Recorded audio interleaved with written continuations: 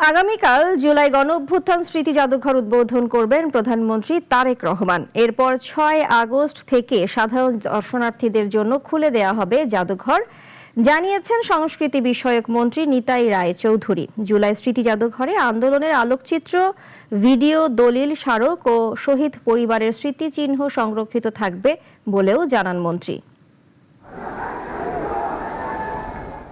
একটি আন্দোলন যা বদলে দিয়েছিল দেশের রাজনৈতিক ইতিহাসের গতিপথ। ছাত্র জনতার অপ্রতিরোধ্য সংগ্রাম, আত্মত্যাগ আর রক্তাক্ত ঘটনার সাক্ষী হয়ে ওঠা জুলাই গণ অভ্যুত্থানের স্মৃতি সংরক্ষণের লক্ষ্যেই সাবেক গণভবনকে রূপ দেওয়া হয়েছে জুলাই গণ অভ্যুত্থান স্মৃতি জাদুঘরে। আন্দোলনের ইতিহাস, দলিল, আলোকচিত্র, ভিডিও, শহীদদের ব্যবহৃত সামগ্রী এবং প্রত্যক্ষদর্শীদের সাক্ষ্য ভবিষ্যৎ প্রজন্মের জন্য সংরক্ষণ করাই এই উদ্যোগের মূল উদ্দেশ্য। কাল ৫ আগস্ট সকাল ৯টায় আনুষ্ঠানিকভাবে জুলাই গণ অভ্যুত্থান স্মৃতি জাদুঘরের উদ্বোধন করা হবে। সচিবালয়ে সংবাদ সম্মেলনে সংস্কৃতি বিষয়ক মন্ত্রী নিতাই রায় চৌধুরী জানান, উদ্বোধনী অনুষ্ঠানে প্রধান অতিথি হিসেবে উপস্থিত থেকে জাদুঘরের ফলক উন্মোচন করবেন প্রধানমন্ত্রী তারেক রহমান। এরপর তিনি জাদুঘরের বিভিন্ন গ্যালারি ঘুরে দেখবেন এবং জুলাই গণ অভ্যুত্থানের বিভিন্ন নিদর্শন, আলোকচিত্র, দলিলপত্র ও স্মারক পরিদর্শন করবেন। ৫ তারিখে সকাল ৯টায়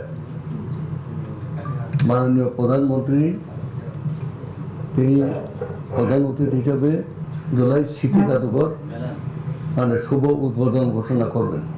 উদ্বোধনী অনুষ্ঠানে বক্তব্য দেবেন জুলাই গণ অভ্যুত্থানের যোদ্ধা ও শহীদ পরিবারের সদস্যরা। তুলে ধরা হবে তাদের অভিজ্ঞতা, আত্মত্যাগের স্মৃতি এবং আন্দোলনের নানা অজানা অধ্যায়। পাশাপাশি প্রদর্শন করা হবে একটি প্রামাণ্যচিত্র, যেখানে উঠে আসবে গণ অভ্যুত্থানের ঘটনা প্রবাহ, সাধারণ মানুষের অংশগ্রহণ এবং আন্দোলনের বিজয়ের ইতিহাস। ৬ আগস্ট থেকে সাধারণ দর্শনার্থীদের জন্য খুলে দেওয়া হবে জাদুঘর। বড়দের জন্য প্রবেশ মূল্য নির্ধারণ করা হয়েছে ৫০ টাকা এবং শিশুদের জন্য ২৫ টাকা।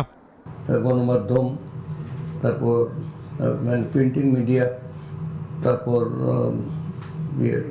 সোশ্যাল মিডিয়া এবং অনলাইন মিডিয়া সব কিছুই ওপেন থাকবে। এরপর আমাদের নির্দিষ্ট টাইমে সবার জন্য কালকে আমরা উন্মুক্ত করে দেব। ইতিহাস শুধু বইয়ের পাতায় নয়, বাস্তব নিদর্শনের মধ্যেও বেঁচে থাকে। সেই ইতিহাসকে ভবিষ্যৎ প্রজন্মের সামনে জীবন্ত করে তুলতে জুলাই গণ অভ্যুত্থানের স্মৃতি, সংগ্রাম ও আত্মত্যাগের সাক্ষ্য এক ছাদের নিচে সংরক্ষণের উদ্যোগ কতটা কার্যকর হয়, এখন সেদিকেই নজর সবার। আনোয়ার হোসেন, নাগরিক, ঢাকা।